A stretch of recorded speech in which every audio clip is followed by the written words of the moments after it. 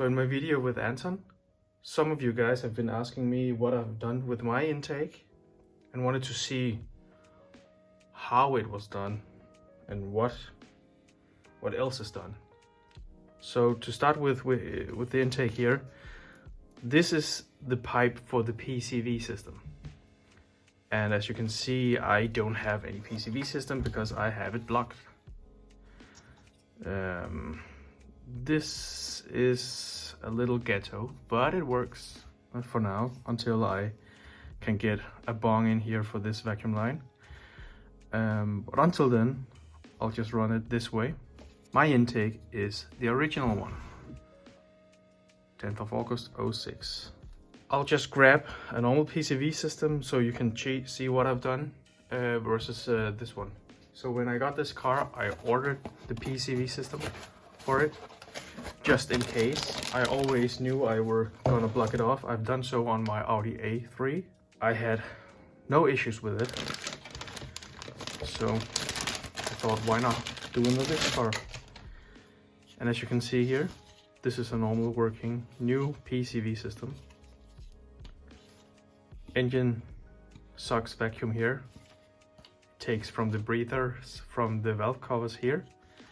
And the residual oil from the vapors are going through these and are draining down through this to the Y, to the V in the engine, to the valley actually. So what I've done, I've cut this out of my broken PCV system. I cut this out, put a screw in there that fits and we're snug, and yeah, just screw that in, tighten it, and put on some form of protection with this, so the nut doesn't back down. Oh, sorry, here. So yeah, super ghetto, but it works. I wish to do it different. Don't listen to what I do. Don't do as I do. Do the right thing. Make a bong for this, because if you do this wrong or you don't know what you're doing, it's gonna create a huge vacuum leak. And when you have those vacuum leaks, you're idle and your entire car is gonna run like shit. So yeah, but let's start with taking this apart. But before this, one of the things I've also done is to insulate the bottom, so that way it doesn't get heat from the valley and the engine. And it's just this neoprene sort of insulation that you use on heated and cooled pipes. Also, before we move on, I have intake spacers from JHM. This is how it looks like. You need to have this double gasket for it to work. And yeah, looks like some sort of fiberglass. See, looks like it has some layers. If I can just shine some light on it. Yeah, works super great. It's cut at an angle. It needs to be, so it's not something you're just gonna fab up in your garage. Really good quality. And I can feel a difference running in the city in the summer with all the stops at the stoplights, and yeah, it makes a difference. And also the intake itself is colder to the touch. So there's that. See, there's an O-ring. Also, I cut off the end of it. Not very pretty, because I knew I wanted to change this thing out. But yeah, it essentially just goes in there, and if you look at the intake, you can see it's cut off. Actually, I think I will cut it a bit better today. But normally there's like a tab in there, and it just, if you don't need the PCV, if you don't use it, I thought just remove that little thingy to have better airflow. So now all the screws are undone on the top and on the bottom. or good eve. Let's just check it out. Here, there's screws all the way around here as well, all the way around, and in the front, so you need to take this off as well. So now what we want to do is to pry this and get this to detach, and it's not pretty.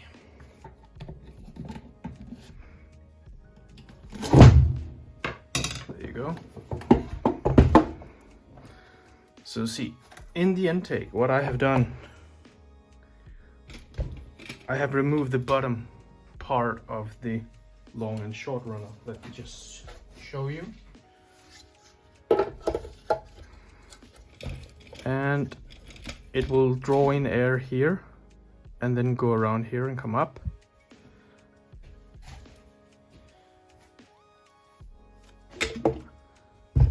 Go past this part, up, and this will be closed in low range mode, low RPM mode, sorry. And then it will continue to go through this and come back down through this.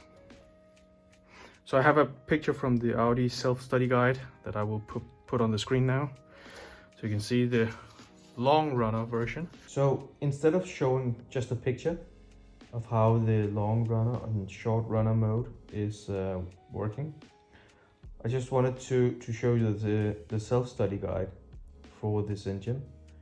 You can just Google self-study guide 5.2 liter V10 Audi on Google, and you'll probably find it very easy. That's how I found it, at least. So down here on page 18, you can see a cross section of the intake, and in this picture it is in short path or short runner mode, or whatever you want to call it. Air gets in here via the Y plenum, and because this is open, the air will just flow right through here and down into the cylinder. And in this mode, the path is only 307 millimeters long. And when it is in long path or long runner mode, as I like to call it, the air gets in here still, but because this is shut, it has to take this path all around and in. And this path is over double the length. It's 675 millimeters. So in this picture you can see where the changeover is happening. So in low load, the flaps will be closed for long runner mode, and then at around 3800, 3900, it will open for the short runner mode and stay there all the way through the rev range.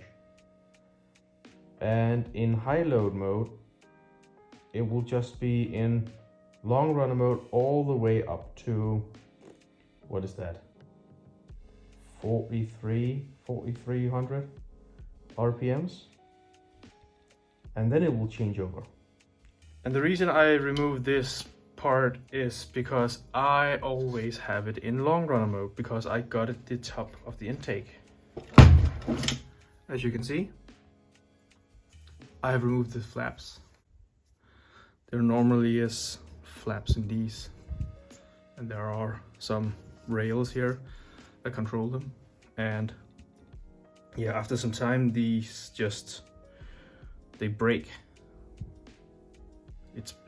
It's plastic, it's in a heated engine bay with oil and all these other chemicals, and they just snap after a few years.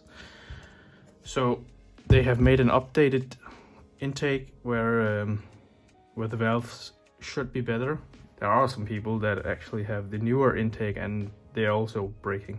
What I'm going to do today, that I didn't think about last time I did take this apart, is to remove this entirely, because it's actually creating a small vacuum leak. So I'm just gonna try to remove this somehow and put in a screw. So I removed this part up here as I shown before, and yeah,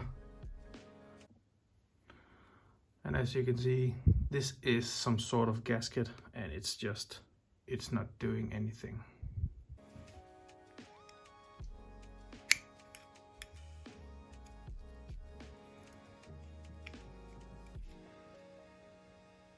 Yeah, it's gone. Focus. There you go.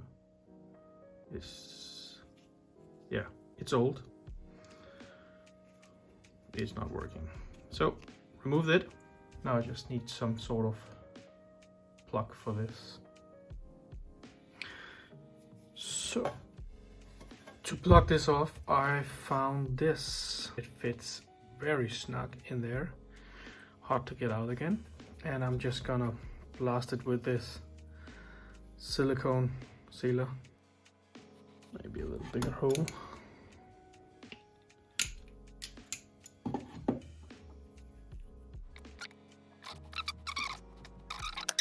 Hopefully it's functional. So I'm just gonna hammer that in. Now I have some excess.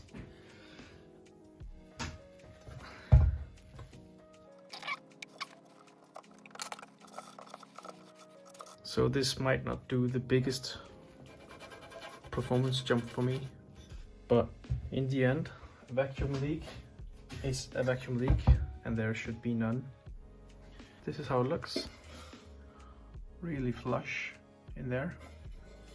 And in here, it barely peeks through. Let's see.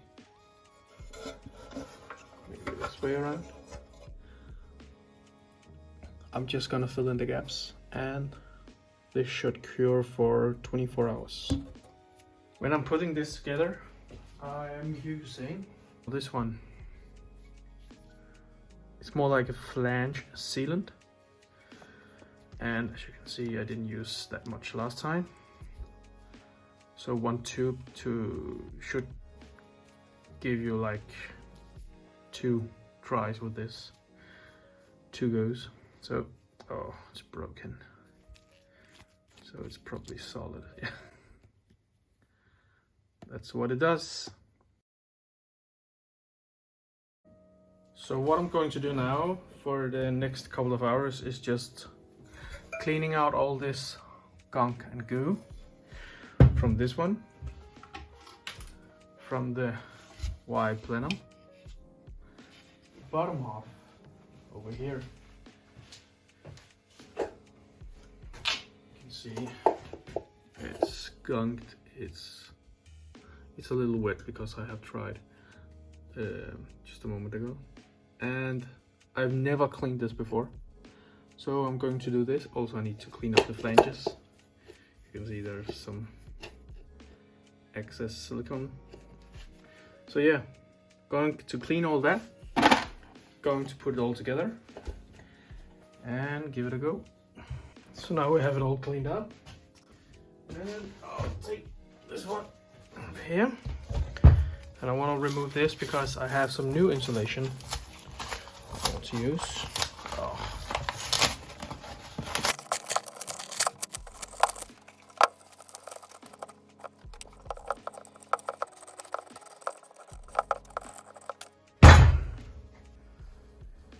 So my camera died, and the intake is done.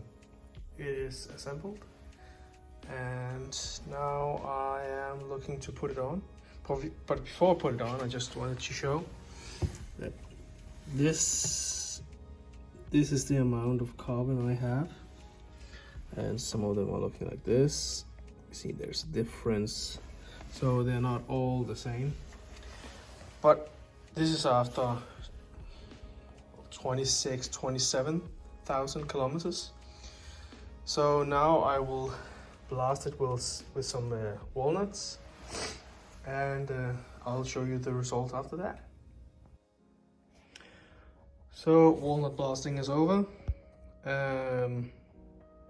Didn't do it 100%, but almost. Maybe like 90%, because, well, yeah, almost. So they're pretty, but you know, not 100%. So now there's just a matter of assembling this, and yeah, let's give it a go. So I realized I didn't have an outro for this video, so here's a short clip of my new muffler.